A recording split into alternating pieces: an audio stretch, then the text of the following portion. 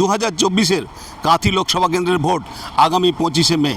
সেই ভোটকে কেন্দ্র করে আজ আমি নিউজ টাইমের পক্ষ থেকে উপস্থিত হয়েছি বাইট ফাইট অনুষ্ঠান নিয়ে। এই বাইট ফাইট অনুষ্ঠানে আগত সমস্ত রাজনৈতিক প্রতিনিধিদেরকে প্রথমেই আন্তরিক শুভেচ্ছা ও অভিনন্দন জানাই। প্রথমেই আমি আলাপ করে নেব উপস্থিত সমস্ত রাজনৈতিক প্রতিনিধিদের। প্রথমেই আলাপ করিয়ে দেব তৃণমূল কংগ্রেসের পক্ষ থেকে হাবিবুর রহমান। হাবিবুর রহমান, তৃণমূল কংগ্রেস। এরপরে আমরা যাব কংগ্রেসের পক্ষ থেকে আগত প্রতিনিধি গঙ্গারাম মিশ্রের কাছে। আমি গঙ্গারাম মিশ্র, নমস্কার, ভারতীয় জাতীয় কংগ্রেস। এরপর আমরা যাব আমার বাঁদিকে থাকা বিজেপির প্রতিনিধি চন্দ্রশেখর মণ্ডলের কাছে। নমস্কার, চন্দ্রশেখর মণ্ডল, ভারতীয় জনতা পার্টি। এরপর আমরা উপস্থিত হব সিপিআইএমের পক্ষ থেকে উপস্থিত প্রতিনিধি ঝাড়েশ্বর বেরার কাছে। নমস্কার, আমি ঝাড়েশ্বর বেরা, সিপিআইএমের প্রতিনিধি। এদের বক্তব্য নিয়েই আজকে শুরু করব আমাদের বাইট ফাইট অনুষ্ঠান। প্রথমেই আমি তৃণমূল কংগ্রেসের প্রার্থী হাবিবুর রহমানের কাছে যাব, জেনে নেব তার বক্তব্য। এই লোকসভা নির্বাচনের আগে 15টা বছর তৃণমূলের সাংসদ ছিলেন কাঁথি লোকসভা কেন্দ্রে। এখন রাজনৈতিক পরিবর্তনটা হয়েছে পটের। সেই প্রতিবর্তিত পটের ক্ষেত্রে নতুন করে লড়াই শুরু হয়েছে বিজেপি এবং তৃণমূলের মধ্যে। গতবারে বিজেপির পক্ষ থেকে দ্বিতীয় স্থানে ছিলেন প্রতিনিধি। এবারে কি মনে করছেন আপনি? প্রথমেই আমি নিউজ টাইমকে ধন্যবাদ জানাই আমি কাঁথির আপামর জনসাধারণকে। আপনি ঠিকই বলেছেন, এই কাঁথি হচ্ছে 15 বছর তৃণমূল কংগ্রেস মা মমতা বন্দ্যোপাধ্যায়, এবং এবারও আমাদের প্রার্থী উত্তম বারিক। তৃণমূল কংগ্রেস মমতা বন্দ্যোপাধ্যায়ের ঐতিহাসিক বৈপ্লবিক উন্নয়ন, শান্তি, সম্প্রীতির উপর ভর করে মানুষ নির্বাচিত করবে তৃণমূল কংগ্রেসের প্রার্থী উত্তম বারিককে। কারণ বিজেপিদের কাছে কোনো এজেন্ডা নেই। আজকে 10 বছর পরে ভারতের প্রধানমন্ত্রী এসে মিটিং করছেন, তিনি তার দুটো কথা বলছেন। একটা চক্রান্ত করেছিলেন সন্দেশখালিতে, সেই চক্রান্ত আজকে ফাঁস হয়ে গেছে, মানুষের কাছে ওপেন হয়ে গেছে। আর দ্বিতীয় এজেন্সির কথা বলছেন, এজেন্সি নিয়ে একটা স্বচ্ছতা আনবেন।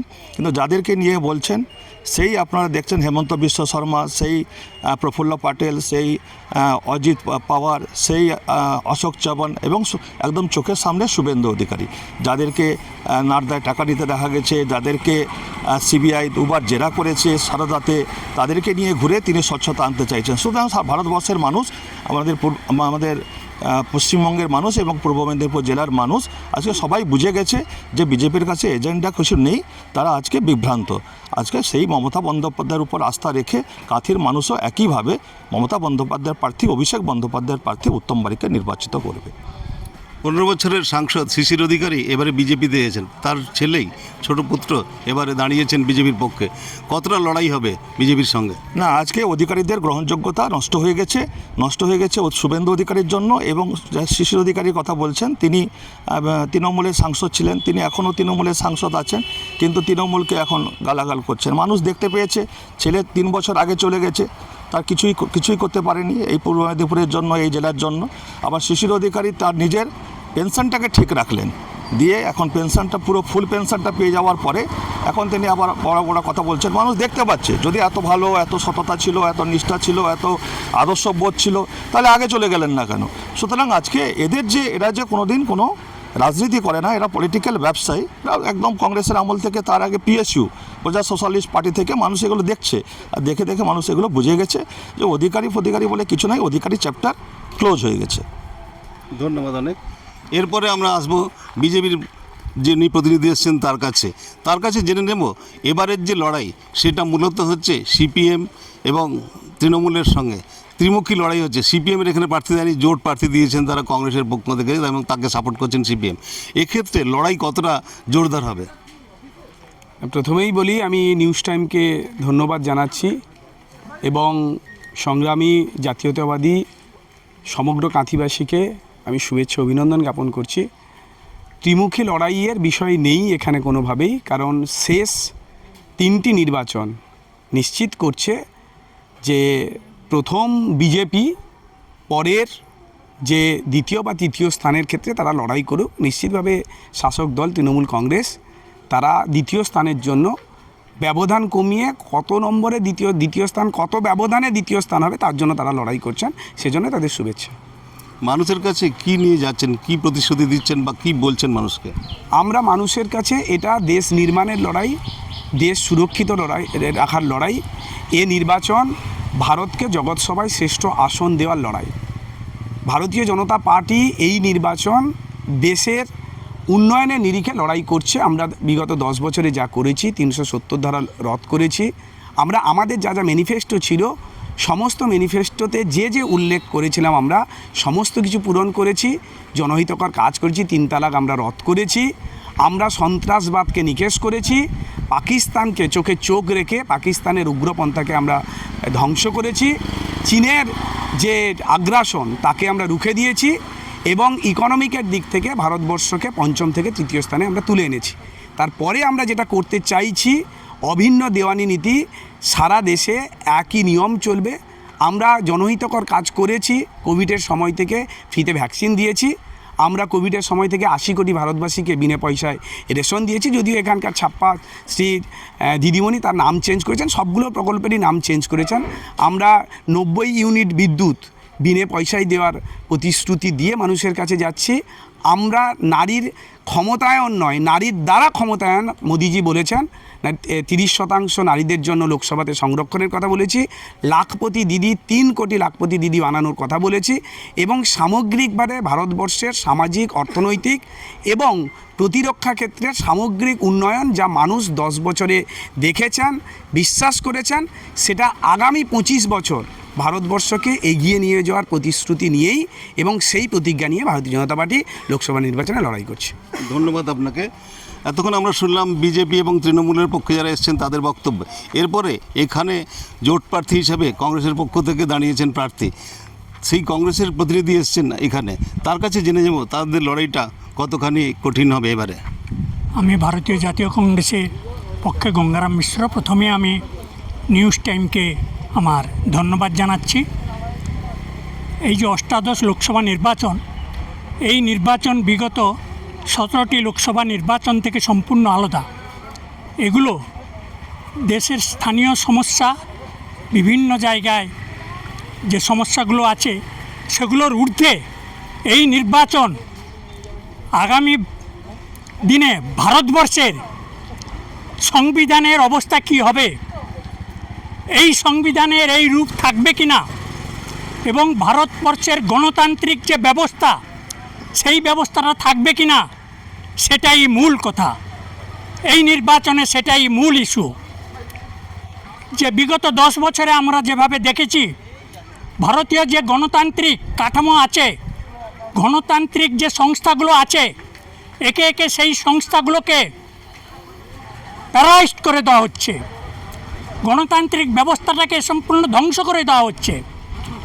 যে সংবিধান, সেই সংবিধানকে কীভাবে গ্রাস করা হচ্ছে তার একটা উদাহরণ, যে ভারতবর্ষের বিচার ব্যবস্থা সুপ্রিম কোর্ট থেকে আরম্ভ করে নিচুতলা পর্যন্ত যে বিচারকদের নিয়োগ করা হয়, সেই নিয়োগের যে সিস্টেম আছে, সুপ্রিম কোর্টের কলেজিয়াম আছে, সেই কলেজিয়াম তাদের নিয়ন্ত্রণ করবে, নিয়োগ করবে।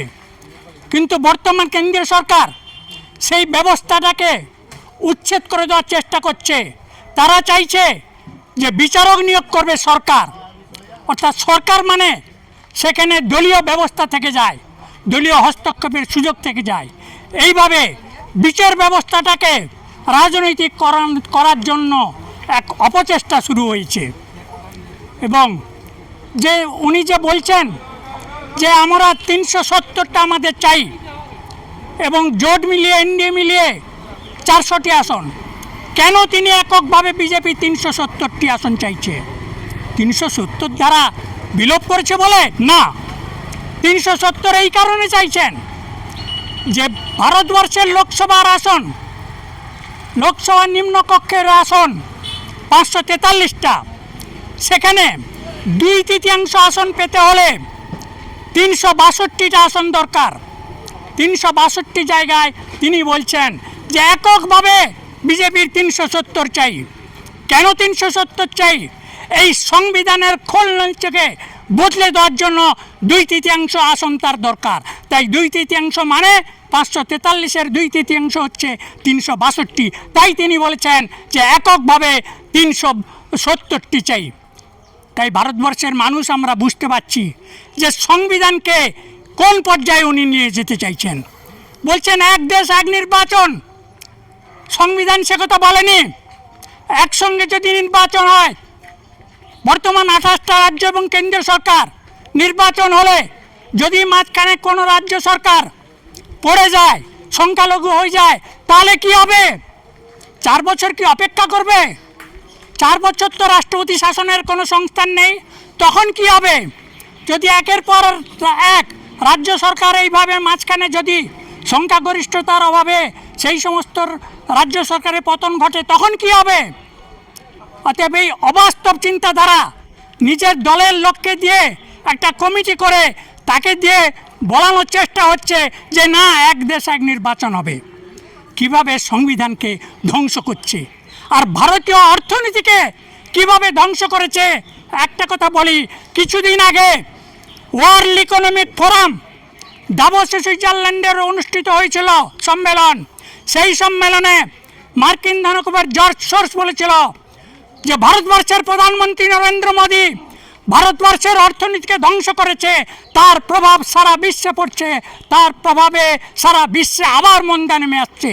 নরেন্দ্র মোদী ভারতবর্ষের গণতন্ত্রকে ধ্বংস করেছে, তাই বিশ্বের সমস্ত গণতান্ত্রিক দেশগুলির উপর তার প্রতিক্রিয়া লক্ষ্য করে যাচ্ছে। ধন্যবাদ আপনাকে। এরপর আমরা কংগ্রেসের যে জোট সঙ্গে সিপিআইএম, সেই কাঁথি লোকসভার কিন্তু মূল ঘাঁটি সিপিএমের। সেই ক্ষেত্রে আমরা সিপিএমের যে প্রতিনিধি এসেছেন তার কাছ থেকে জেনে নেব যে এই যে জোট, এই জোট কতটা প্রভাব ফেলবে।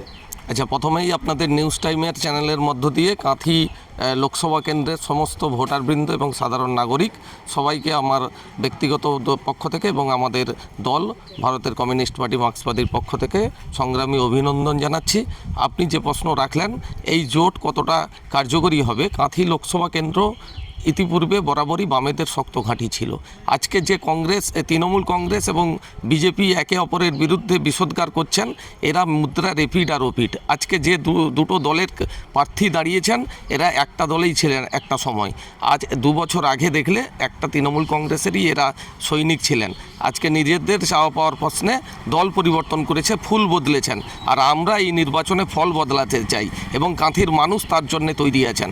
মানুষ বুঝেছেন তৃণমূল এবং বিজেপির মধ্যে কোনো তফাৎ নেই, এরা পরস্পর মুদ্রা রেপিড আর ওপিড, গোডাউন একটা, শোরুম দুটো আলাদা। তাই আজকে অধিকারী পরিবার তাদের তৃণমূল কংগ্রেসে থেকে যেমন তারা নিজেদের কর্তৃত্ব ফলানোর চেষ্টা করেছিলেন, বিজেপিতে গিয়েও আদি নব্যর মধ্যে দ্বন্দ্ব লাগিয়ে নিজেদের কর্তৃত্ব ফলানোর জন্য চেষ্টা করছেন। তাই কাঁথিবাসী চায় এলাকার উন্নয়ন, মানুষের শান্তিতে বাস করতে চায়, বেকার যুবক 2 হাতে 2টো কাজ চায়, গরিব খেতমজুর থেকে কৃষক তারা তাদের কৃষিজ পণ্যের ন্যায্য মূল্য চায়। সেই দিক থেকে কাঁথি বরাবরই বামপন্থীদের শক্ত ঘাঁটি ছিল এবং আগামী দিনে মানুষ তার অভিজ্ঞতার মধ্য দিয়ে এই অষ্টাদশ লোকসভার নির্বাচনে নিশ্চিতভাবে বাম কংগ্রেসের জোটকেই বেছে নেবেন, এটা আমরা আশাবাদী। আগামী 4 তারিখের নির্বাচনের ফলাফল ঘোষণা হলে আপনি দেখবেন যারা প্রচারের ঢক্কানিনাদ করছেন তারা আসলে মানুষের দ্বারে দ্বারে গিয়ে মানুষের হৃদয়ে স্থান পায়নি, হৃদয়ে স্থান পেয়েছে একমাত্র কেন্দ্রের বিজেপিকে যদি সরাতে পারে বাম কংগ্রেস জোট সারা ভারতবর্ষে একত্রিত হয়ে দেশের সংবিধানকে রক্ষা করবার জন্য, দেশের স্বাধীনতা, গণতন্ত্র এবং সার্বভৌমত্বকে রক্ষা করবার প্রশ্নে এই জোট অনেক বেশি শক্তিশালী হবে এবং আমাদের এই জোটের নেতৃত্বে আগামী দিনে ভারতবর্ষের প্রধানমন্ত্রী গঠিত হবে, এ ব্যাপারে আমরা আশাবাদী। সমস্ত প্রতিনিধিদেরকে জানাই অভিনন্দন নিউজ টাইমের পক্ষ থেকে। আমরা একবারে অন্তিম মুহূর্তে এসে গেছি। এইবারে এই যে বাইট ফাইট অনুষ্ঠান, এটাতে যে 4জন প্রতিনিধি ছিলেন তাদের বক্তব্য শুনলেন এবং আগামী যে নির্বাচন 25শে মে, সেই নির্বাচনে স্থির হবে কে এই কেন্দ্রে জয়ী হবেন। এই কাঁথি লোকসভা কেন্দ্র জয়ী হবেন, সেই শেষ হাসি কে আসবে সেটা এখন অপেক্ষা করার। 4 তারিখে এই ফলাফল বেরোলে সেটা জানা যাবে।